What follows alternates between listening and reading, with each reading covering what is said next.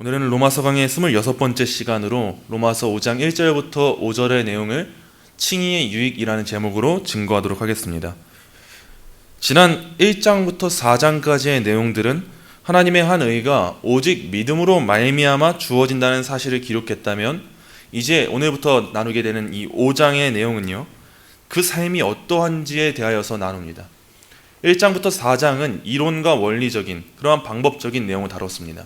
오직 믿음으로 말미암아서 우리가 칭의받는다는 사실을 1장부터 4장은 다룬 거예요.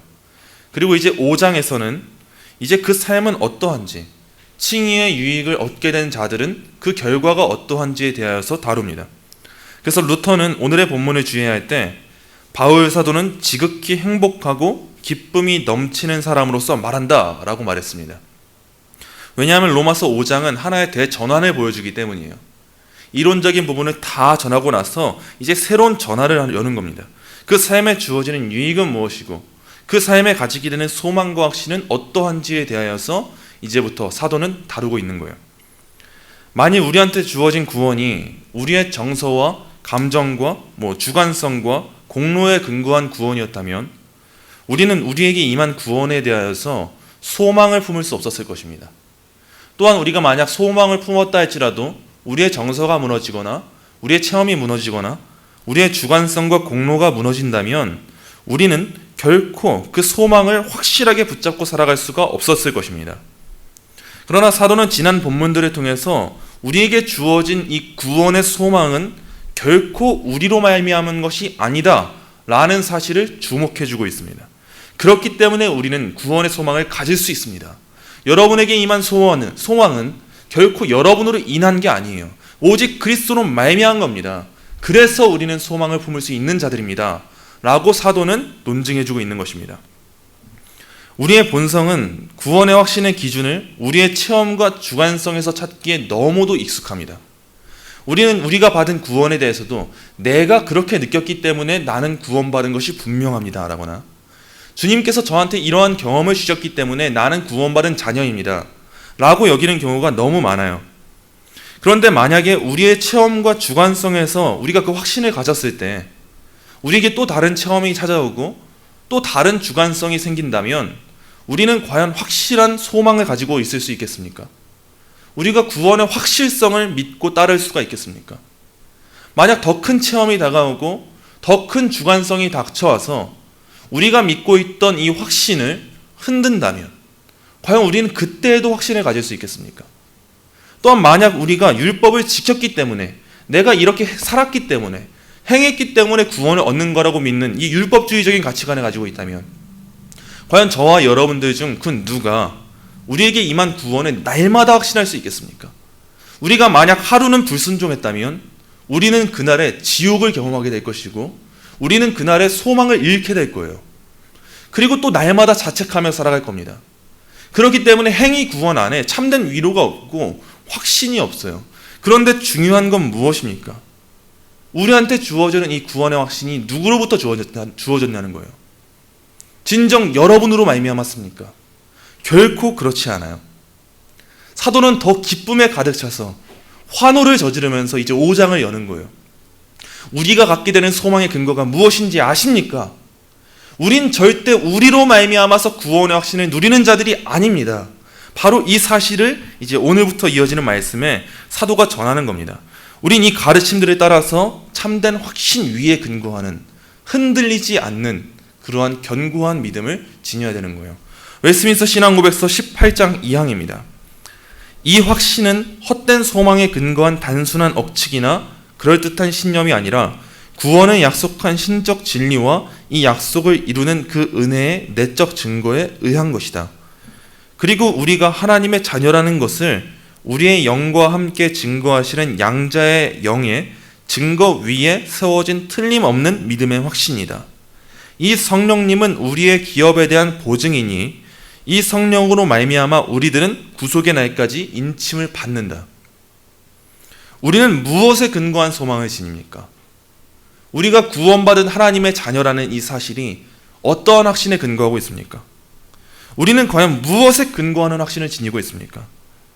오늘의 말씀 5장 1절에서 말해주고 있는 바와 같이 우리의 확신은 우리 주 예수 그리스도로 말미암아서 그 확신을 누려야만 합니다. 삼위일체 하나님의 하나님 되심으로 말미암아서 그분의 신적 진리와 은혜에 힘입어서 또한 양자의 영의 증거 위에서 우리는 이 확신을 누릴 수 있어야 합니다.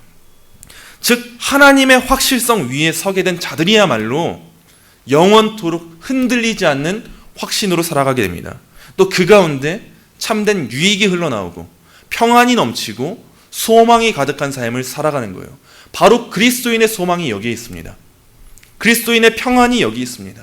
세상은 흔들리고 나의 믿음을 쥐어짜려고 하는 그때에도 우리가 웃으면서 우리의 눈에서 기쁨이 가득 찬 그 눈빛이 나오는 이유, 그것이 바로 여기에 있는 거예요. 우리로 말미암은 구원이 아니고 세상은 흔들려도 하나님은 자신의 일하심을 완전하게 이루신다는 걸 믿기 때문에 우리한테 소망이 있는 거예요. 이제 우리는 칭의로부터 흘러나오는 이러한 보배들에 대해서 다루게 됩니다. 그리고 우리는 이 보배들을 통해서 더 그분의 영광을 위해 살아가야 하는 거예요.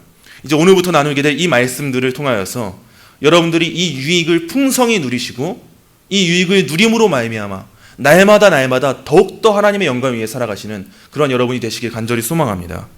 먼저 오늘의 본문 1절입니다. 오늘의 본문 1절 말씀 우리 함께 읽겠습니다. 그러므로 우리가 믿음으로 의롭다 하심을 받았으니 우리 주 예수 그리스도로 말미암아 하나님과 화평을 누리자. 아멘. 사도는 5장의 말씀을 그러므로 우리가 믿음으로 의롭다 하심을 받았으니 라고 시작합니다. 이는 1장부터 4장의 요약인 동시에 대전환이에요. 1장부터 4장은 우리는 믿음으로 의롭다 하심을 얻습니다. 이것을 주목했다면 이제는 전환을 시키는 겁니다. 이제는 우리가 믿음으로 의롭다 하심을 받았으니 그랬으니 라고 말하면서 칭의를 과거의 일로 사도는 전환시킵니다. 이미 이루어진 일이고 이제 우리가 주목할 것은 그것이 아니다. 이제 이 누림을 통하여서 이 과거의 일을 통하여서 우리는 현재와 미래가 어떻게 살아가야 할지 이제 사도는 그걸 주목하는 거예요. 칭의는 지속적으로 재차 일어나는 일이 아닙니다. 하나님께서는 칭의하실 때, 우리를 의롭다고 칭하실 때 단회적으로 단번에 이루십니다.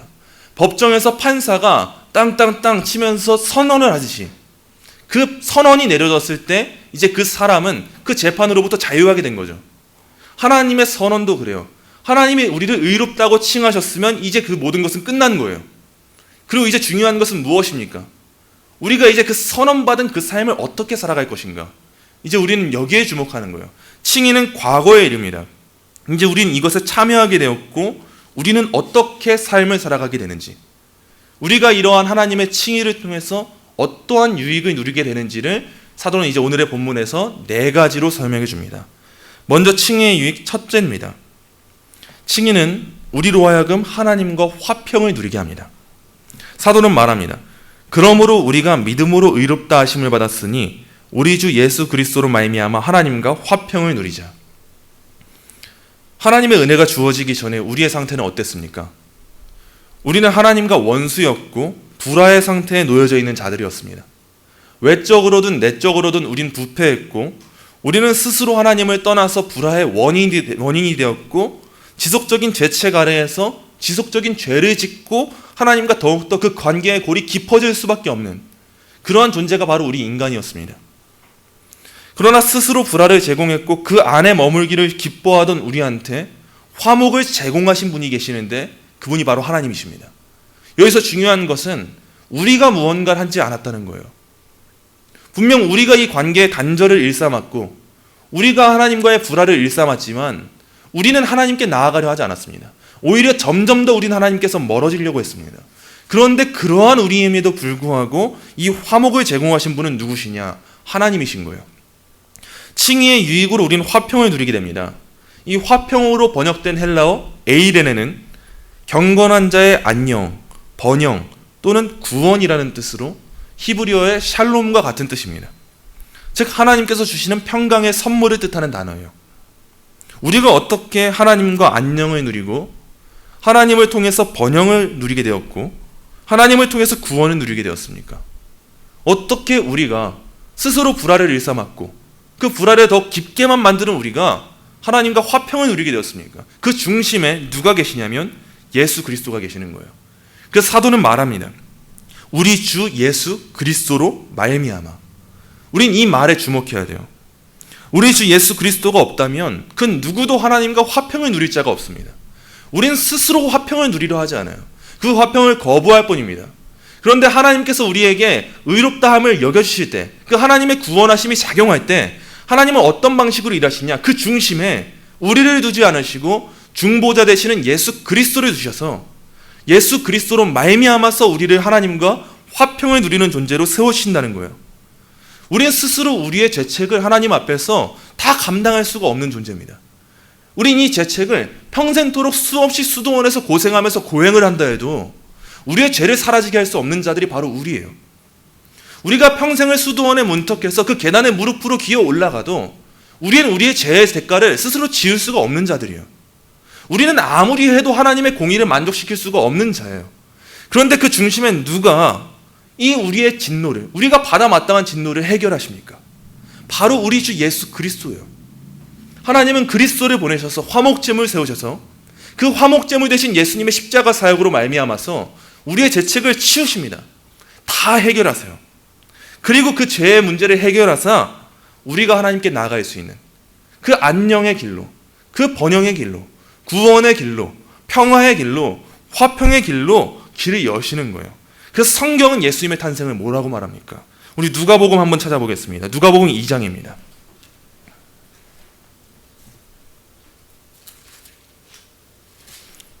누가복음 2장 14절입니다.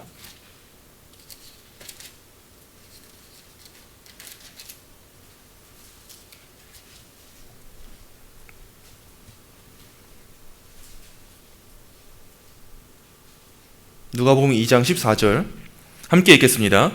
지극히 높은 곳에서는 하나님께 영광이요 땅에서는 하나님이 기뻐하신 사람들 중에 평화로다 하니라. 아멘.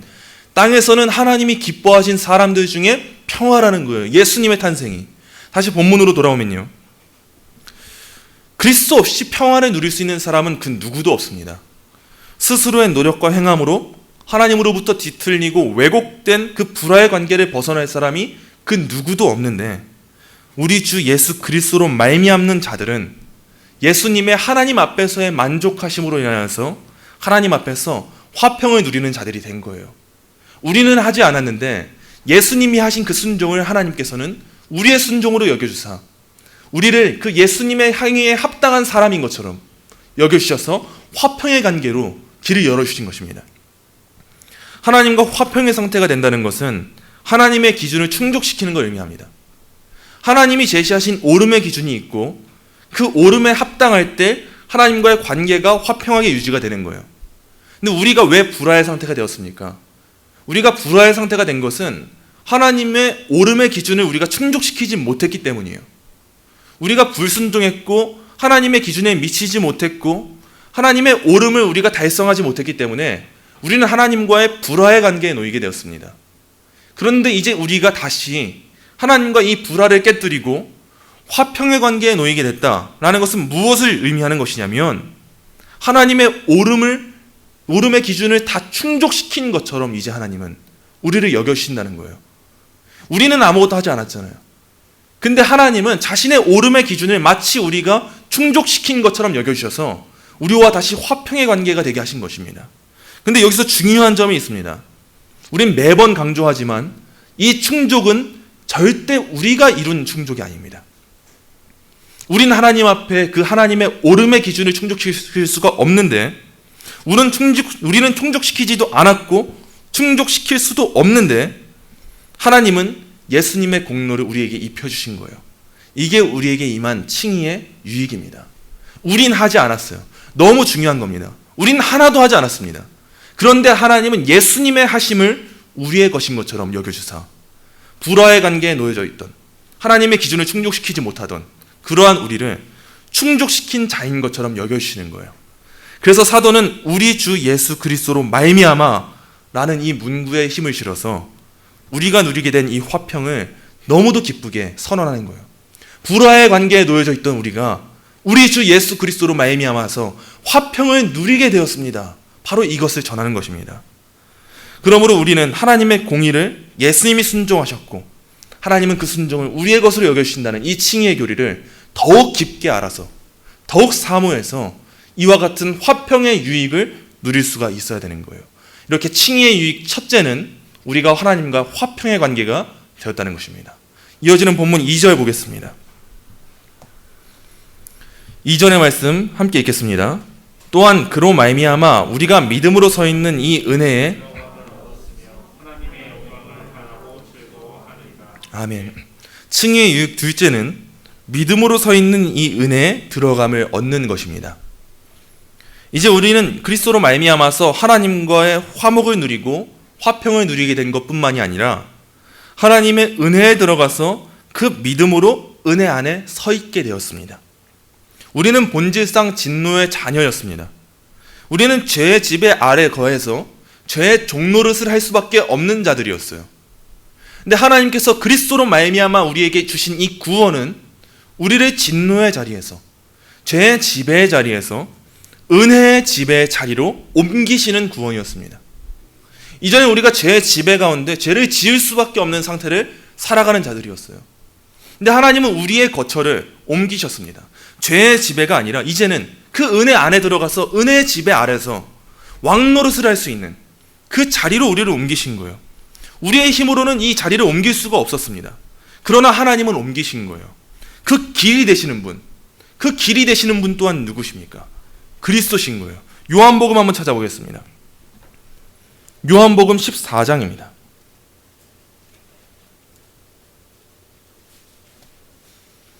요한복음 14장 6절입니다.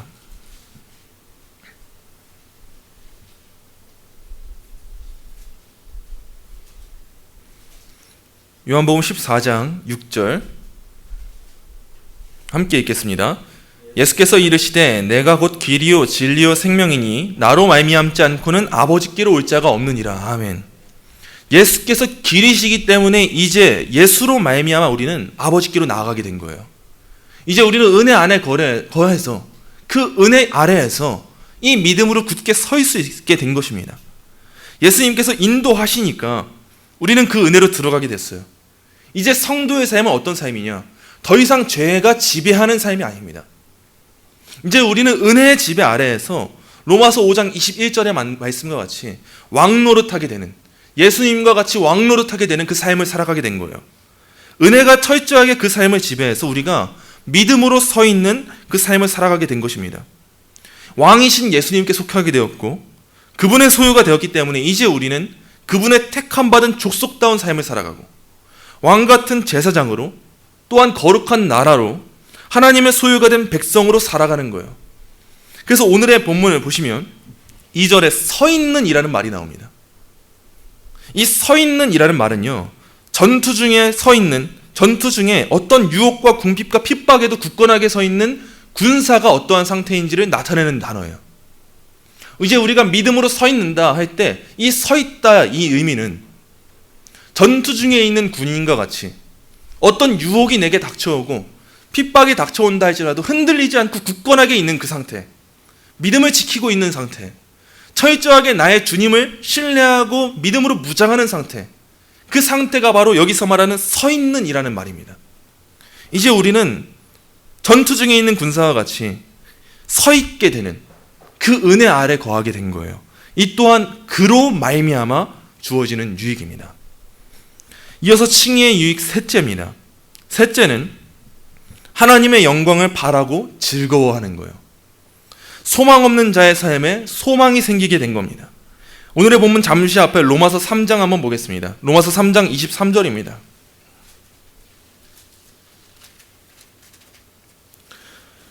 로마서 3장 23절 함께 읽겠습니다. 모든 사람이 죄를 범하였음에 하나님의 영광에 이르지 못하더니 아멘. 하나님의 영광에 이르지 못하는 것은 죄의 상태입니다. 죄는 인간으로 하여금 하나님의 영광에 이르지 못하게 했어요. 그러나 믿음으로 말미암는 칭의는 다시금 그 영광을 향하여 살아갈 수 있는 소망을 우리한테 허락합니다. 인간의 제일의 목적과 제일의 행복이 무엇입니까? 그건 바로 하나님이 우리를 창조하신 그 목적, 하나님의 영광이에요. 또한 그분으로 말미암아서 즐거워하는 삶이에요. 그래서 소요리 문답 제1문 1답, 소요리 문답 1문은 이렇게 묻고 이렇게 답합니다. 사람의 제일 되는 목적은 무엇인가? 사람의 제일 되는 목적은 하나님을 영화롭게 하는 것과 영원토록 그를 즐거워하는 것이다. 칼빈은 이 구절을 주의하면서 다음과 같이 말했습니다. 우리가 장래의 삶에 대한 소망을 지닐 뿐만 아니라 더 나아가 담대히 기뻐하고 즐거워할 수 있는 이유는 하나님의 은혜라는 확실한 토대 위에 확고하게 서 있기 때문이다. 왜냐하면 바울이 여기서 말하고자 하는 것은 믿는 자들은 이 땅에서 순례자로 살아가고 있기는 하지만 믿음으로 하늘에 잇대어 살고 있는 까닭에 그들이 장차 받게 될 유업을 자신의 심령 속에서는 이미 이 땅에서 누리며 살아간다는 것이기 때문이다. 이제 우리는 믿음으로 서 있는 이 은혜의 들어감을 얻었기 때문에 하나님의 영광을 바라고 즐거워하는 현세와 내세 모두가 누릴 수 있는 축복을 누리게 되었습니다. 과연 우리보다 소망이 가득한 자들이 어디 있겠습니까? 믿음으로 은혜 안에 거하는 자들은요, 앞으로의 소망을 품습니다. 우리가 바라는 소망이 무엇입니까? 이제 우리가 이전의 죄의 상태에서 벗어나서 온전하게 하나님의 영광을 찬양할 수 있는 그 영화의 때를 우리는 언제나 바랍니다. 하나님 나라에 임하는 그 순간을 바랍니다. 그곳에서 영원토록 하나님을 찬양하는 그 순간을 바랍니다. 또한 우리는요, 이 소망 안에만 멈추지 않아요. 미래에 대한 소망을 품고 살아가는 자들은 하나님께서 우리를 그렇게 이루실 것을 믿기 때문에 지금은 연약하다 할지라도 이 소망을 품고 살아가는 이 현세에서의 삶 또한 기쁨과 소망으로 가득 찬 삶을 살아가게 됩니다. 우린 그리스도의 형상을 본받아 하나님의 영광에 이르게 됩니다. 이것은 하나님의 약속이고 성취됩니다. 또한 이와 같은 앞으로의 소망을 품게 된 자들은 지금의 삶이 중요하지 않아요. 왜냐? 하나님께서 이루시기 때문입니다. 소망 중에 즐거워할 뿐입니다. 그 소망이 흔들리지 않고 이루어진다는 것을 확신하기 때문이에요. 성경은 우리의 미래를 뭐라고 말하는지 한번 살펴보겠습니다. 베드로후서 1장 4절입니다. 본문을 잠시 덮어주시고 베드로후서 1장 4절입니다.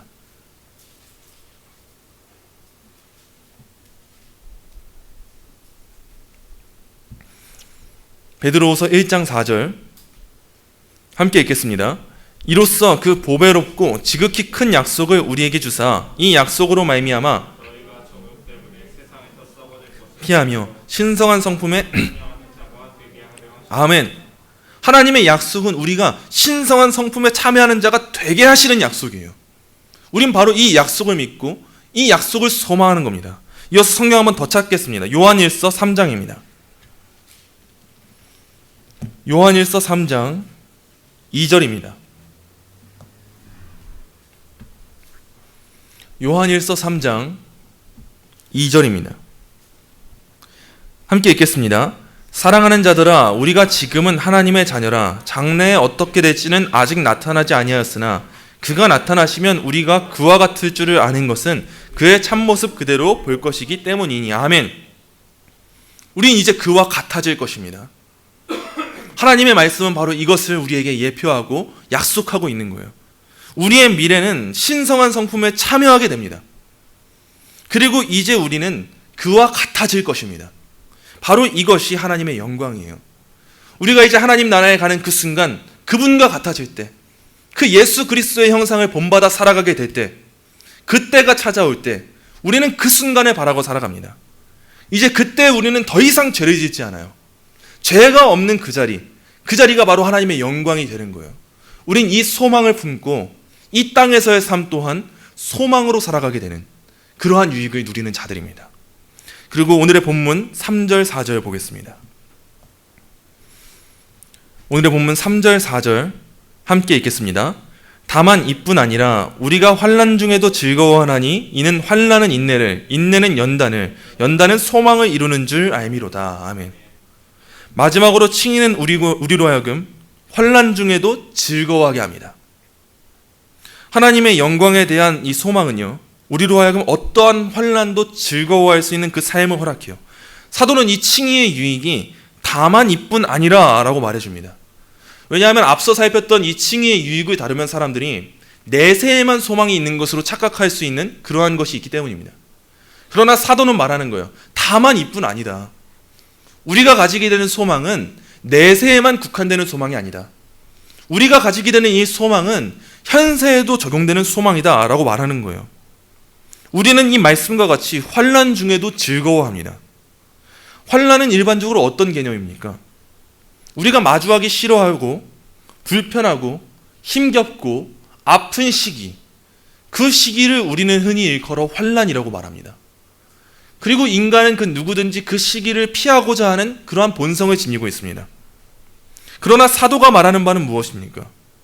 그리스도인이 이 땅 가운데 마주하게 되는 환난은 이 세상 사람들이 가지고 있는 환난과는 역설적으로 오히려 기뻐할 이유가 된다고 사도는 그것을 말해주고 있어요. 그 이유가 무엇입니까? 사도는 이렇게 말합니다. 이는 환난은 인내를, 인내는 연단을, 연단은 소망을 이루는 줄을 알기 때문이다 라고 말해요. 사도가 말하고 있는 이 환난은 마치 철이 불에 달궈지듯이 환난은 인내를 가져오고 그 인내는 연단을 가져온다는 거예요. 우리가 만사가 기쁘고 형통하기만 하다면 우리는 언제 인내를 경험하겠습니까? 우리의 매 순간의 나날들이 늘 기쁘기만 하고 행복하기만 하고 인간적으로 너무 술술 풀리는 그런 삶만 있다면 과연 우리의 본성 가운데 언제 우리가 인내를 경험하겠습니까? 그러나 환난의 때는 어떻습니까? 우리는 그 가운데 우리가 원하든 원하지 않든 인내를 경험하게 됩니다. 눈물을 경험하게 되고 그 눈물로 말미암아 성숙을 경험하게 됩니다. 흔들리지 않고 피는 꽃이 없다는 그 말처럼 인내 없는 연단은 없어요. 인내 없는 성숙은 얻어지지 않습니다. 우리가 운동을 하더라도 아픔과 고통을 경험하지 않으면 성장이 없습니다. 이것은 아주 단순한 원리예요. 그러나 우리가 어떠한 본성을 지녔는지 분명히 안다면 우린 이 인내를 사모해야 합니다. 우리의 본성은 여전히 부패하고 죄악으로 가득합니다. 그러나 우리가 바라는 그 영화의 순간을 가지기 위하여서 우리가 이 땅 가운데 어떠한 시간을 겪어야 합니까? 우리는 철저하게 우리의 죄를 잘라내고 우리의 죄를 이겨내고 싸워내고 억누르는 성화의 과정이 필요해요. 하나님의 구원은 결코 우리한테 난잡한 순서 가운데 이루어지는 구원이 아니라 하나님이 제시하신 그 일반적인 방법을 따라서 이루어지는 구원입니다. 하나님은 이 땅 가운데 성도들을 연단하고 단련시키세요. 그 가운데 무엇이 익숙해지게 하시냐? 죄를 억누르고 이기는 방식이 익숙해지게 하십니다. 그 가운데 자기를 부인하게 하십니다. 그 가운데 그 길의 끝에서 무엇을 고백하게 하시냐? 하나님의 주인됨을 고백하게 하십니다. 광야 가운데 있었던 이스라엘이 어땠습니까? 하나님께 그 영원토록 그 인도하실 그 새로운 언약의 땅을 그렇게 갈망했던 그 이스라엘 백성들, 그들이 막상 광야로 나오자마자, 그들이 막상 가나안에서 벗어나자마자 홍해를 마주하니까 그 가운데 불평을 해요. 하나님이 구원해 주셨는데 그 가운데 불평을 합니다. 우리도 그렇지 않습니까? 하나님이 주신 구원의 은혜는 잊어버린 지 오래고, 하나님 나 좀 구원해 주세요, 나한테 은혜를 주세요 말하지만 우리는 우리 앞에 홍해가 보여질 때, 또 뒤에서 쫓아오는 애굽의 병사들이 보여질 때, 그때 하나님 앞에 원망하고 왜 날 이리로 인도하셨습니까? 이러한 모습을 보이지 않습니까? 이스라엘 백성들은 이 홍해를 건너고 나서 우리의 일반적인 상식이라면 그들의 믿음이 굳건해야 된다라고 생각하겠지만 또다시 불평합니다. 하나님, 우린 이게 없어요. 또 이게 없습니다. 왜 우리를 이렇게 힘들게 하십니까? 저는 언제까지 이렇게 살아야 됩니까? 이렇게 한탄하는 게 이스라엘 백성들의 모습이에요. 그러나 그럼에도 불구하고 그들이 가나안에 갑니까? 안 갑니까? 갑니다. 이스라엘 백성에게 신실함은 찾아볼 수가 없어요. 그런데 하나님은 그 시간 가운데 무엇을 훈련시키시냐? 그 죄를 죽이는 일을 훈련시키십니다. 그 출애굽의 1세대가 죽었을 때 하나님께서는 그들을 가나안 땅으로 입성시키십니다. 바로 우리에게 임한 구원이 그런 거예요. 우리는 그 구원의 은혜를 감사하고 감격하는 그 순간이 그렇게 오래 가지 않습니다. 눈앞에 홍해가 펼쳐지면 또 원망해요. 그러나 하나님은 우리한테 환난을 주셔서 그 가운데 인내를 경험하게 하시고, 그 인내 가운데 연단을 경험하게 하시고, 그 연단 가운데 소망을 이루신다는 거예요. 사도는 칭의로 인하여서 주어지는 그 유익에 대해서 이와 같이 말해주고 있는 거예요. 하나님의 확실성은 결코 의미 없이 환난을 주지 않고, 그 환난이 결코 의미 없이 인내를 주지 않고, 그 연단이 결코 의미 없지 않고 우리에게 소망을 주시는 환난이라는 거예요. 그래서 이제 우리가 이 환난을 마주할 때 어떻게 됩니까? 세상 사람들은 피하기 바쁘고 그걸 버거워하기 바쁘지만 성도는 역설적으로 그 환난을 기뻐할 수 있다는 거예요. 말씀 한번 찾아보겠습니다. 시편 119편입니다. 시편 119편 67절입니다.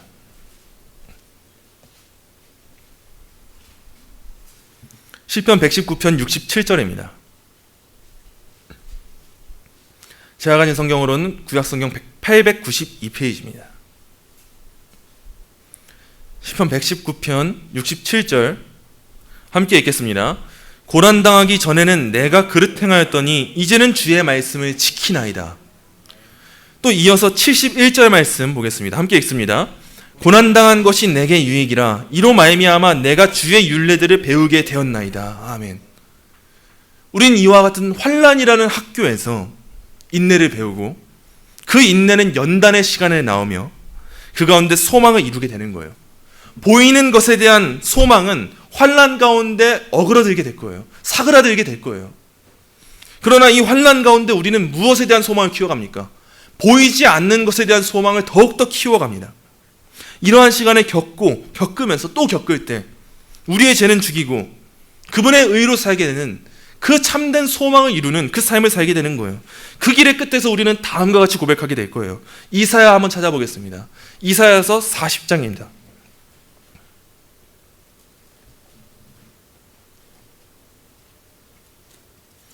이사야서 40장 8절입니다.